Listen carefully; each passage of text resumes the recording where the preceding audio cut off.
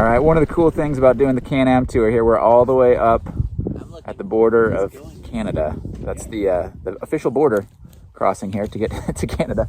So pretty sweet terrain we're in here.